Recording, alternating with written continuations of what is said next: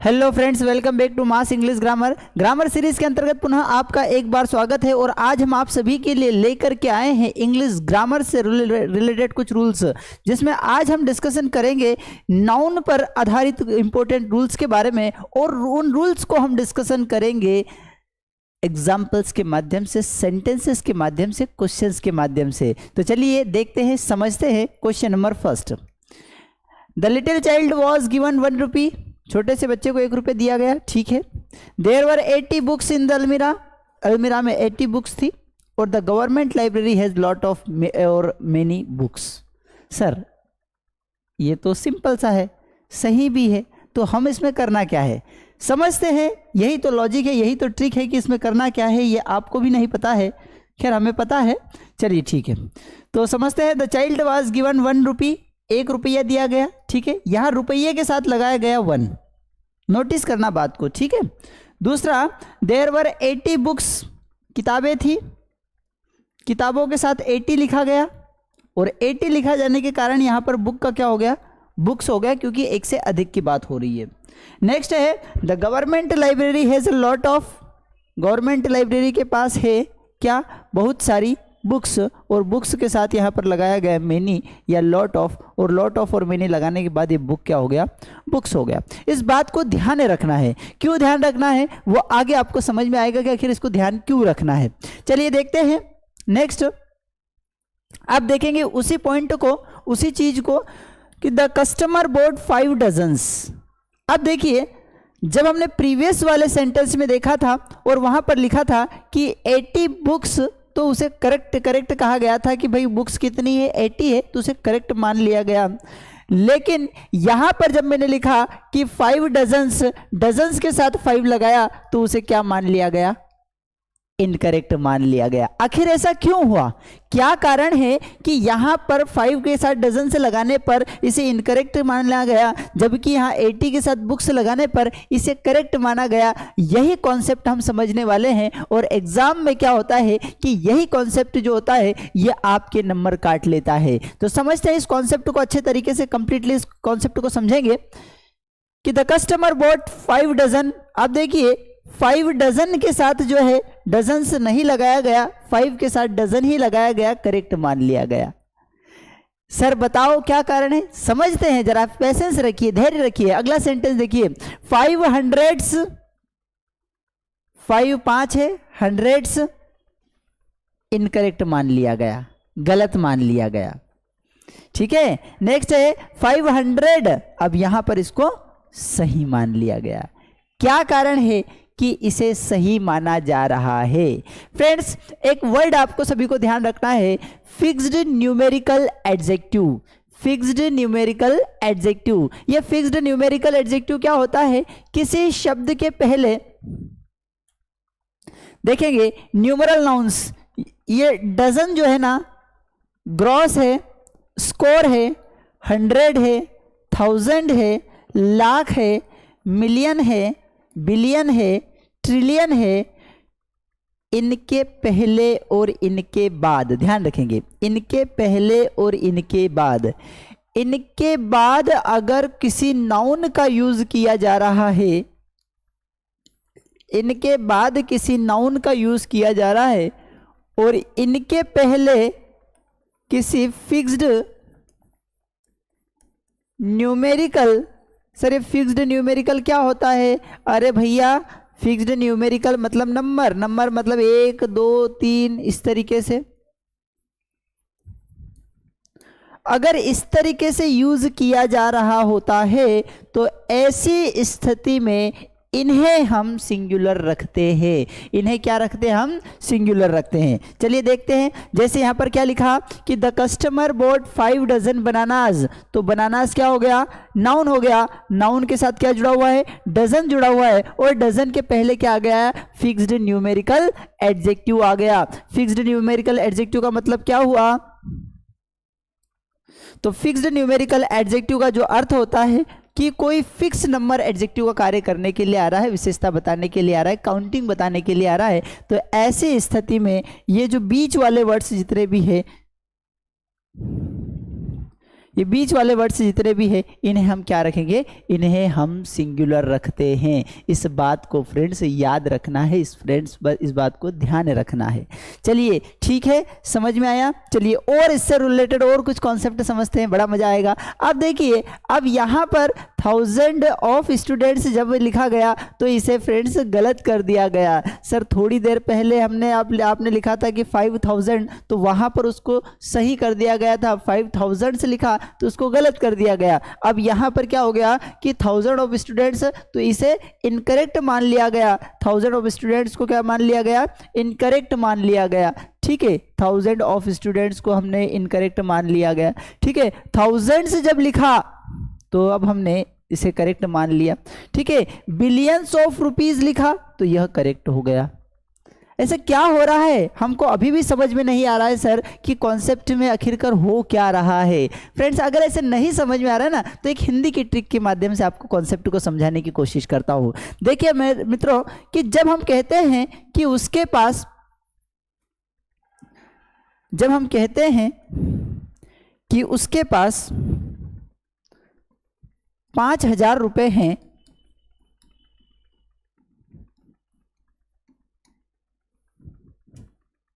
ठीक है, और हजारों रुपये हैं। ठीक है, कॉन्सेप्ट समझेंगे हिंदी में, सरल भाषा में। ठीक है, 5000 रुपये जब हम कहते हैं तो हम क्या कहते हैं फ्रेंड्स, हम ये कहते हैं कि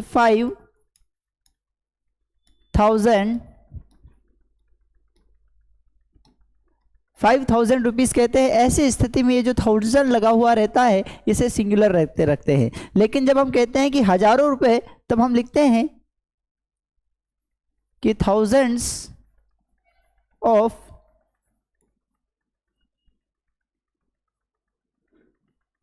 तब हम क्या कहते हैं, थाउजेंड्स ऑफ रुपीस। तो ऐसी स्थिति में यहां पर क्या लगाते हैं, 1000 से लगाते हैं। जबकि फिक्स्ड न्यूमेरिकल एडजेक्टिव अगर आ जाता है तो इसे हम क्या रखते हैं फ्रेंड्स, इसे हम सिंगुलर रखते हैं।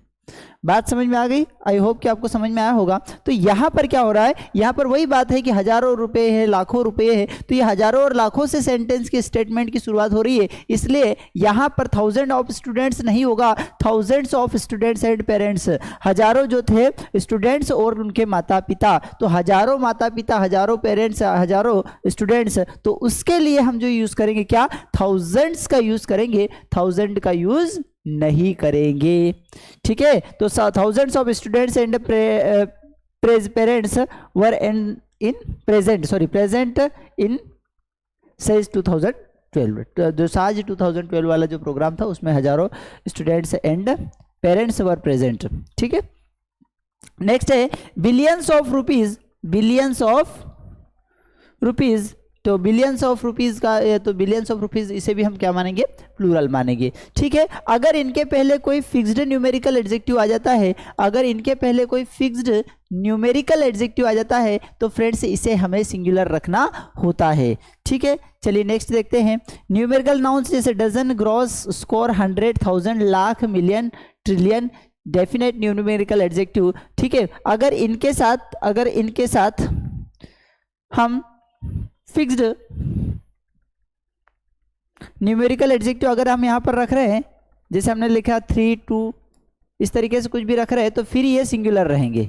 फिर फ्रेंड्स ये क्या रहेंगे, सिंगुलर रहेंगे। कौन, ये स्पेसिफिक फिक्स्ड हैं, ये देख लेंगे इनको क्या, कि dozen, gross, score, 100, 1000, lakh, million, इनके पहले अगर किसी का यूज किया जा रहा है तो इन दैट केस हम इसको क्या रखेंगे, इन सभी को फिक्स्ड रखना है। ठीक है, और अगर सेंटेंस की शुरुआत इनसे ही हो रही है कि हजारों, लाखों, तो in that case you can make it plural, आप इसको प्लूरल बना सकते हैं। आगे का देखेंगे, my friend gave the beggar a 10 rupee note.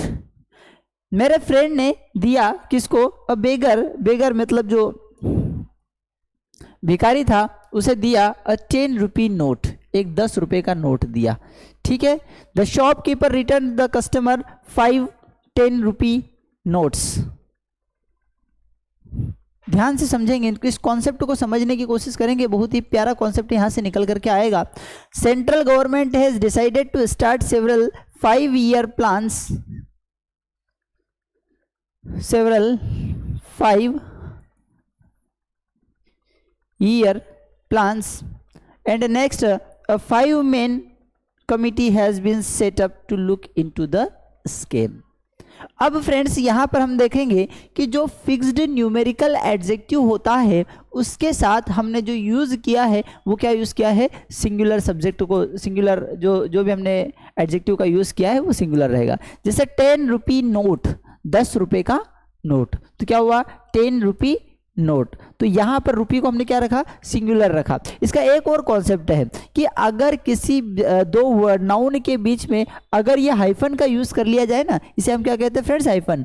तो दो वर्ड्स के बीच में अगर इस हाइफन का यूज़ कर लिया जाए तो दोनों इन दैट केस, उस स्थिति में दोनों सिंगुलर रहते हैं, किसी को भी हम प्लूरल बनाने की कोशिश नहीं करेंगे। नहीं तो हमारा दिमाग जो खुराफाती दिमाग है वो क्या कर सकता है कि 10 रुपये हैं तो 10 रुपीज़ हो जाएगा। तो भैया 10 रुपये तो है लेकिन नोट कितना है, एक ही है। तो इसके लिए इसकी विशेषता बताने, उस नोट की विशेषता बताने के लिए हमने क्या यूज किया, 10 रुपी नोट। तो 10 रुपीज नहीं होगा, वहां पर क्या होगा, 10 रुपी नोट होता है। ठीक है। तो माय फ्रेंड गेव द बेगर, मेरे फ्रेंड ने बेगर को दिए 10 रुपी नोट, सो दैट, ताकि he might buy some food for him, ताकि वह अपने लिए कुछ भोजन या कुछ भी फूड खरीद सके। द शॉपकीपर रिटर्न, शॉपकीपर ने रिटर्न कर दिए, वापिस कर दिए। द कस्टमर, कस्टमर को 5, अब 5, यहाँ देखो फ्रेंड्स, यहाँ एक 10 रुपये का नोट है, वहां तक तो ठीक है।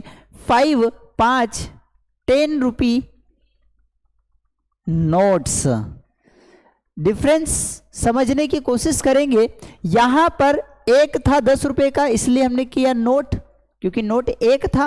अब यहां पर कितने हो गए, 5 हो गए। 5 क्या हो गए, 10 रुपए के नोट हो गए। तो संख्या जो हम बता रहे हैं, जो क्वांटिटी 5 बता रहे हैं, ये 5 क्वांटिटी किसके लिए यूज की जा रही है, ये नोट्स के लिए यूज की जा रही है। किसके लिए यूज की जा रही है फ्रेंड्स, नोट्स के लिए। तो यहां पर क्या होगा कि 5 10 रुपी नोट्स का यूज करेंगे। किसका यूज करेंगे, 5 10 रुपी नोट्स। यहां पर 10 रुपी नोट लिखा, यहां पर 10 रुपी नोट्स क्यों लिखा, क्योंकि फ्रेंड्स वहां क्वांटिटी की बात हो रही थी। यहां पर 5 एक की बात हो रही है, एक नोट की बात हो रही है, इसलिए नोट लिखा। और यहां पर 10 नोटों की बात हो रही है, 5 नोटों की बात हो रही है, इसलिए हमने नोट्स का यूज किया है। आई होप कि आपको कॉन्सेप्ट समझ में आ रहा होगा। नेक्स्ट समझते हैं, central government has decided to start several 5-year plans. अब सेंट्रल गवर्नमेंट ने क्या किया है, डिसाइड किया है। क्या डिसाइड किया है फ्रेंड्स, स्टार्ट करने के बारे में सोचा है। क्या स्टार्ट करने के बारे में, कि सेवरल मतलब क्या होता है कि मात्रा में थोड़े से, मतलब कुछ है ना, चुनिंदा है ना। तो कुछ 5-year प्लान्स, तो ईयर 5-year प्लान जब हम शब्द कह रहे हैं तो ये ईयर के साथ तो फिक्स्ड न्यूमेरिकल एडजेक्टिव लग गया फ्रेंड्स। ईयर हमारा, अभी थोड़ी देर पहले हमने जिन नाउन के बारे में बात करी थी, जिन एडजेक्टिव्स के बारे में बात करी थी, तो उनके बारे में हमने क्या कहा था कि इनके पहले अगर फिक्स्ड न्यूमेरिकल एडजेक्टिव लगे, जैसे डजन, 1000, 100, इनके पहले अगर फिक्स्ड न्यूमेरिकल एडजेक्टिव का यूज किया जा रहा होता है तो ये क्या होते हैं, सिंगुलर होते हैं। तो 5-year प्लान्स, ठीक है, 5-year प्लान्स। अब ये प्लान्स में एस क्यों लगा, तो क्या 5 के कारण लगा, क्या ईयर के कारण इसमें यूज किया गया? नहीं फ्रेंड्स, ना तो 5 के कारण हमने प्लान से लगाया है, ना ईयर के कारण हमने प्लान से लगाया है। हमने जो प्लान लगाया है वो सेवरल के कारण लगाया है। किसके कारण लगाया है फ्रेंड्स, सेवरल के कारण लगाया है। बात समझ में आ रही है, ठीक है। नेक्स्ट कॉन्सेप्ट को समझते हैं। 5-man कमिटी, देखिए अब यहाँ हेज का यूज किया गया। किसका यूज किया गया फ्रेंड्स, हेज का यूज किया गया। हेज तो किसको रिप्रेजेंट करता है, एक को रिप्रेजेंट करता है। हेज किसको रिप्रेजेंट करता है, एक को रिप्रेजेंट करता है। तो 5 व्यक्तियों की कमिटी, तो 5-man, ए मतलब क्या हो गया, एक, और एक क्या, 5 व्यक्तियों की कमिटी। तो यहां पर 5-man को प्लूरल बनाने की कोशिश मत करना, नहीं तो आपने क्या कर देना कि 5 मतलब 5 लिखा हुआ है, तो 5 लिखा हुआ है तो हम मेन नहीं होगा, अब मेंस होगा। भैया 5 के लिए मेन या मेंस, मेंस तो वैसे होता ही नहीं है। फिर क्या होता है सर, अरे मेरे बड़े भैया आपको ध्यान रखना है कि MAN मतलब एक व्यक्ति की बात हो रही है, और MEN मतलब एक से अधिक व्यक्तियों की बात हो रही है। तो सर यहाँ पर MEN कर देंगे, नहीं भैया, थोड़ी देर पहले हमने आपको एक बात बताई थी, क्या, कि अगर 2 नाउन के बीच में अगर ये हाइफन का यूज किया जा रहा है तो दोनों सिंगुलर रहेंगे। अगर हाइफन का यूज किया जा रहा है तो ऐसे स्थिति में दोनों क्या रहेंगे, सिंगुलर रहेंगे। तो 5 men committee has been set up to look into the scam. ठीक है, 5 लोगों की एक कमिटी डिसाइड की गई है जो घोटाला हुआ है, स्कैम मीन्स होता है घोटाले के जांच पड़ताल के लिए। अब समझते हैं next, the monument is made of stones. बड़े ही प्यारा कॉन्सेप्ट समझने को मिलेगा आपको। देखिए, एक ही शब्द का उपयोग करेंगे और उसी एक शब्द को कहीं पर हम सिंगुलर रखेंगे, कहीं पर हम प्लूरल रखेंगे। ये सारे कॉन्सेप्ट फ्रेंड नाउन से रिलेटेड रूल्स के बारे में है। ठीक है, कि कहीं पर एक किसी पर्टिकुलर शब्द को कहीं पर सिंगुलर रख रहे हैं, कहीं पर प्लूरल रख रहे हैं। जैसे the monument is made of stones, जो मॉन्यूमेंट है, ठीक है, स्मृति चिन्ह है, ठीक है, वो बना हुआ है किससे बना हुआ है? मेड ऑफ स्टोन्स, पत्थरों से बना हुआ है। एंड ग्लासेस, कांच से बना हुआ है। ऐसा जब हमने कहा तो उसने गलत कर दिया। अरे भैया, हमने गलत क्या कहा? हमने सही तो कहा कि जो मॉन्यूमेंट बना हुआ है वो किससे बना हुआ है? जो मॉन्यूमेंट बना हुआ है वो ग्लासेस से बना है और पत्थरों से मिलकर के बना हुआ है। तो सुनने में तो ये बिल्कुल सही लग रहा है, लेकिन अंग्रेजी ग्रामर ने इसको गलत कर दिया। फ्रेंड्स, समझते हैं इसे गलत क्यों किया है। इसमें नेक्स्ट में लिखा है कि the monument is made of stone and glass. Monument में स्टोन भी एक से अधिक लगे हैं, ग्लास भी एक से अधिक लगे हैं, फिर इसमें स्टोन्स और ग्लासेस क्यों नहीं लिखा? यह बात सोचने लायक है, विचार करने योग्य है, सोचते रहिए। नेक्स्ट है, there is a glass in the kitchen. Kitchen में एक ग्लास है, ये बात सही है। This is beautiful bungalow is made of bricks. ये बड़ा ही सुंदर जो बंगला आपको दिख रहा है, ये बना हुआ है, किससे बना हुआ है? Made of BRICS. ब्रिक्स मतलब ईंटों से मिलकर के बना हुआ है। बात तो सही है, लेकिन इन्होंने गलत कर दिया। This beautiful bungalow is made of brick. ये ब्यूटीफुल बंगलो जो दिख रहा है ना, ये ब्रिक से मिलकर के बना हुआ है, ईंट से मिलकर के बना हुआ है। अरे भैया, बंगलो में ईंटें तो बहुत सारी लगी है, फिर यहाँ पर केवल एक ईंट को, जब एक ईंट हमने लिखा तो इसे सही कर दिया, जबकि जब हमने एक से अधिक ईंटों के बारे में डिस्कशन किया तो उसे गलत कर दिया। अरे भैया, ऐसा क्यों हुआ होगा? थोड़ा पेशेंस रखिए, हम बताएंगे। ठीक है, चलिए नेक्स्ट है 5000 ब्रिक्स आर नीडेड। 5000 ब्रिक्स, 5000 ईंटों की आवश्यकता है, are needed to repair the house, इस घर को रिपेयर करने के लिए। अब इसको सही मान लिया गया है, अब इसको सही मान लिया गया। जब मैंने यहाँ पर ब्रिक्स लिखा तो इसे गलत कर दिया गया, और जब यहाँ पर ब्रिक्स लिखा तो इसे सही कर दिया गया। आखिर ऐसा क्यों हो रहा है? सोचने योग्य बात है। नेक्स्ट है, आई नीड ए ब्रिक। मुझे एक ईंट की जरूरत है, मुझे एक ईंट की आवश्यकता है to explain the example of the students. मुझे स्टूडेंट्स को कुछ एग्जाम्पल बताना है और एग्जाम्पल के रूप में मैं ईंट का उपयोग करना चाहता हूँ, मुझे एक ईंट की आवश्यकता है। तो अब यह सेंटेंस ब्रिक सही है। भैया, कन्फ्यूजन है कि कहीं पर ब्रिक को ब्रिक्स लिखा, कहीं पर ब्रिक लिखा, कहीं पर सिंगुलर में उसको यूज़ किया, कहीं पर प्लूरल में यूज़ किया। सेंटेंस में सभी जगह प्लूरल की आवश्यकता थी। आखिर क्या हुआ इसमें? कौन सा कॉन्सेप्ट है? तो फ्रेंड्स, एक कॉन्सेप्ट बता रहा हूँ, बड़ा ही प्यारा कॉन्सेप्ट बता रहा हूँ, सभी लोग ध्यान से सुनेंगे। अगर उस कॉन्सेप्ट को अगर आपने समझ लिया ना, तो ये सारे कॉन्सेप्ट में क्या हो रहा है आपको समझ में आ जाएगा। फ्रेंड्स, एक बात ध्यान रखना कि चीज़ें दो प्रकार की होती है। एक तो होती है काउंटेबल और एक होती है अनकाउंटेबल। काउंटेबल मतलब जिसको आप गिन सकते हैं, अनकाउंटेबल जिसको आप गिन नहीं सकते। ठीक है, जैसे हमने बोला पानी को गिनो, तो पानी को गिना नहीं जा सकता, इसलिए उसे क्या कहते हैं फ्रेंड्स? अनकाउंटेबल कहते हैं। जब हम कहते हैं कि मोबाइल को गिनो, तो आप मोबाइल गिन सकते हैं कि मेरे घर पर 5 मोबाइल है, तो मोबाइल क्या हो गया? काउंटेबल हो गया। अब इसी तरीके से जब बारी आती है ईंट की, तो ईंट को तो हम गिन लेते हैं। ठीक है, हम ऑर्डर करते हैं ईंटों का, तो वो बोल करके कहते हैं भाई हमारे 5000 ईंटें चाहिए, कि 500 ईंटें चाहिए, कि 1000 ईंटें चाहिए। तो ईंट को तो हम गिन सकते हैं, मतलब वह काउंटेबल होता है। अब किसी काउंटेबल चीजों का भी उपयोग हम मटेरियल के रूप में कर रहे हैं। अब घर बना रहे हैं, तो घर बनाने के लिए ईंट क्या हो गई? मटेरियल हो गए। तो अगर किसी काउंटेबल चीज का भी उपयोग हम मटेरियल के रूप में कर रहे हैं, तो उस स्थिति में उसे अनकाउंटेबल माना जाता है और प्लूरल का उपयोग नहीं किया जाता है।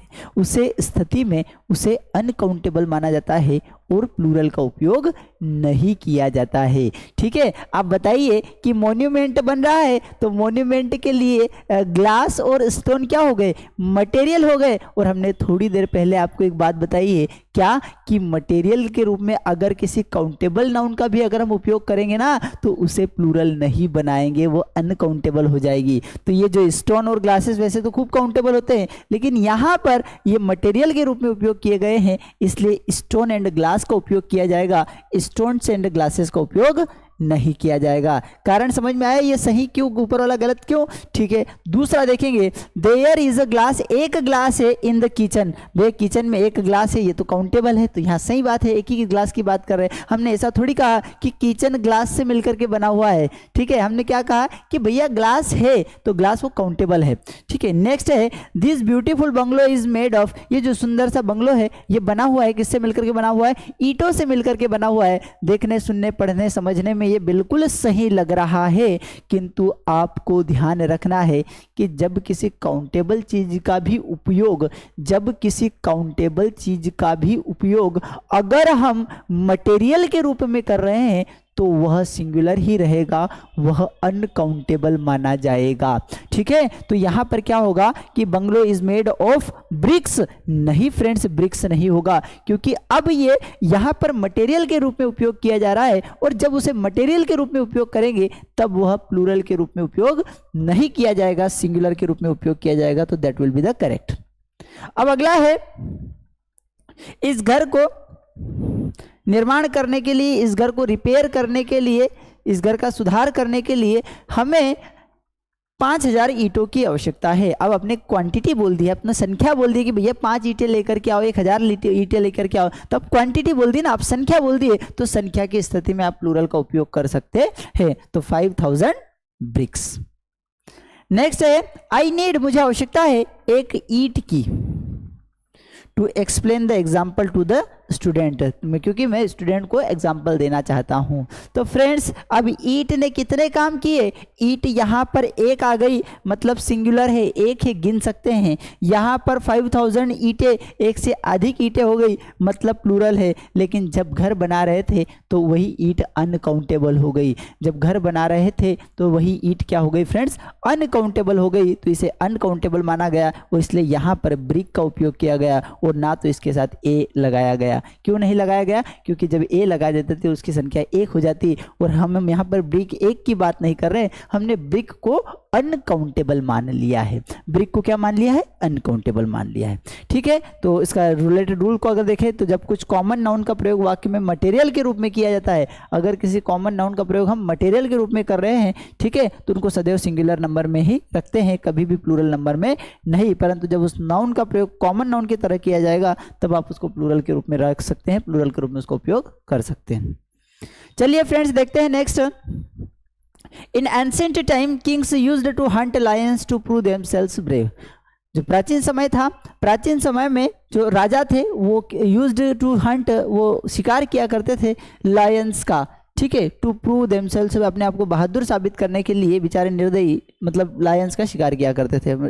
ठीक है, नेक्स्ट है, हंड्रेड्स और elephants gathered, hundreds of elephants gathered at once to save the baby elephant। ठीक है, hundreds of the elephants gathered हो गए, इकट्ठे हो गए, ठीक है, किसके लिए? at once to save करने के लिए, बचाने के लिए the baby एलिफेंट। ठीक है, तो फ्रेंड्स ध्यान रखना है। अब एक प्रश्न यह है, ठीक है, यहाँ पर जब शिकार करने की बात हो, जब शिकार करने की बात हो और शिकार करने के सेंस में अगर किसी नाउन का प्रयोग किया जा रहा है, शिकार करने के सेंस में अगर किसी नाउन का प्रयोग किया जा रहा है, तो वह नाउन हमेशा क्या होगा? प्लूरल के रूप में उपयोग किया जाता है। किसके रूप में उपयोग किया जाता है? प्लूरल के रूप में। ठीक है, तो यहाँ पर इसीलिए हमने लायन का क्या यूज किया? लायंस के रूप में उपयोग किया।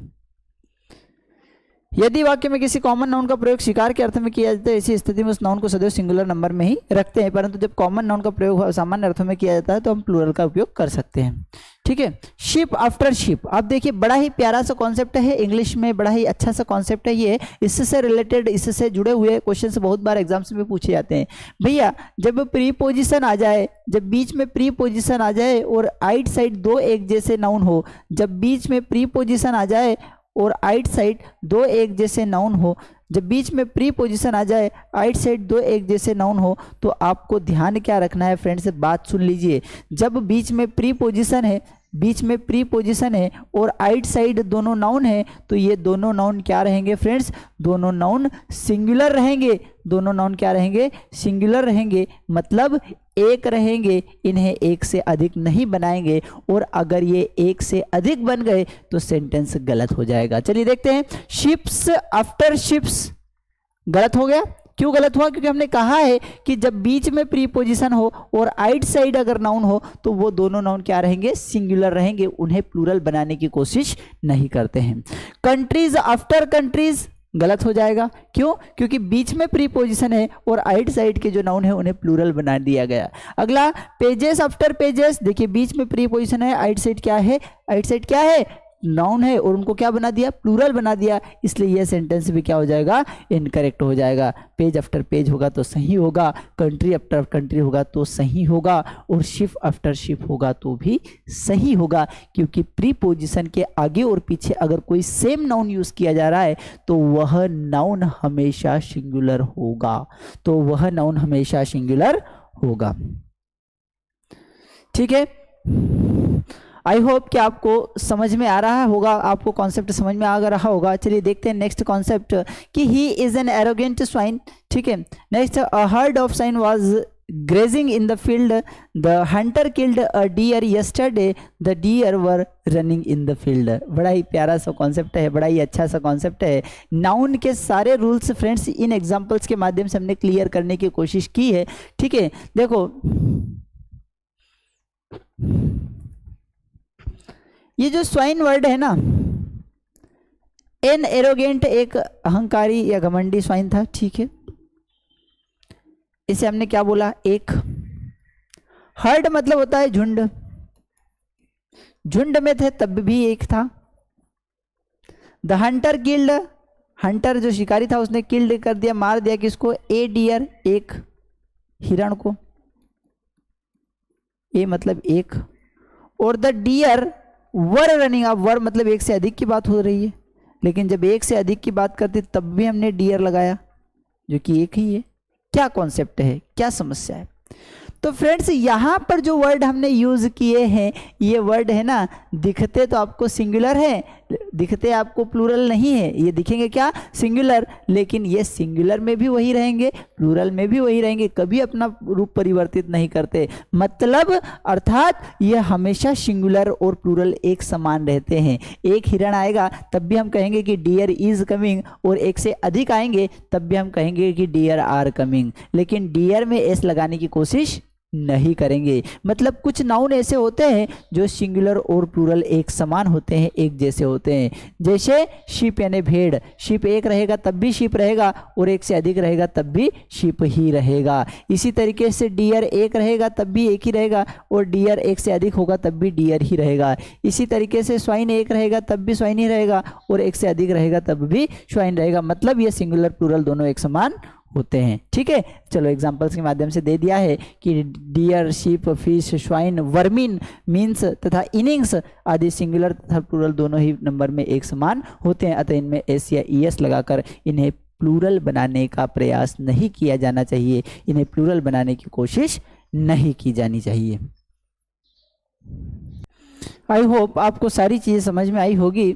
ठीक है फ्रेंड्स, और अगर आप किसी भी कॉम्पिटिटिव एग्जाम की तैयारी कर रहे हैं, किसी भी ग्रामर कोर्स की तैयारी कर रहे हैं, किसी भी लैंग्वेज की तैयारी कर रहे हैं, और अगर आपको लग रहा है कि लैंग्वेज कहीं ना कहीं हमारे लिए बाधा बनी हुई है, इंग्लिश ग्रामर हमारे लिए प्रॉब्लम क्रिएट कर रही है, स्पोकन इंग्लिश हमारे लिए क्रिएट कर रही है, प्रॉब्लम क्रिएट कर रही है, तो फ्रेंड्स इन दैट केस आपके लिए कंप्लीट सॉल्यूशन की अगर हम बात करें तो हमारा एक ऐप है जो आप डाउनलोड कर लीजिएगा ज़रूर। हमारा ऐप का नाम है मास स्टडी। आप मास स्टडी ऐप जरूर डाउनलोड कर लीजिएगा। मास स्टडी ऐप जब जैसे ही डाउनलोड करेंगे तो आपको बहुत सारे कोर्सेज मिल जाएंगे, और वे सारे कोर्सेज आपकी इंग्लिश संबंधित समस्याओं का कंप्लीट सॉल्यूशन हो सकते हैं फ्रेंड्स। ठीक है, तो आप मास स्टडी ऐप जरूर डाउनलोड कर लीजिएगा। किसी भी कॉम्पिटिटिव एग्जाम की तैयारी कर रहे हो तो आपके लिए लेकर के आए हम all in one English grammar course, जो कि आपको मास स्टडी ऐप पर मिलेगा। सर कहाँ पर? अगर हम प्ले स्टोर पर, और अगर आईफोन यूज़र है तो भैया दोनों जगह, दोनों स्टोर है, जो एप्पल का स्टोर है वहाँ पर भी और प्ले स्टोर, दोनों की जगह आपको मिल मिल जाएगा। तो आई होप कि आप मास स्टडी ऐप जरूर डाउनलोड कर लीजिएगा, वहाँ पर आपको इंग्लिश से संबंधित कंप्लीट सॉल्यूशन आपको सारी चीज़ों का मिल जाएगा। अगर आप स्पोकन इंग्लिश सीखना चाहते हैं तो वह भी मिल जाएगा। अगर आप बच्चों के लिए कोई सा कोर्स परचेस करना चाहते हैं तो वह भी मिल जाएगा। अगर आप अपना वोके भी इनहांस करना चाहते हैं तो वो भी कंप्लीट सॉल्यूशन आपको इंग्लिश संबंधित मिल जाएगा। तो आप एक बार जरूर हमारा मास स्टडी ऐप डाउनलोड कर लीजिएगा। और हाँ, अगर आपको थोड़ा सा ठीक ठाक लगा हो तो लाइक शेयर सब्सक्राइब जरूर कर दीजिएगा। Thank you.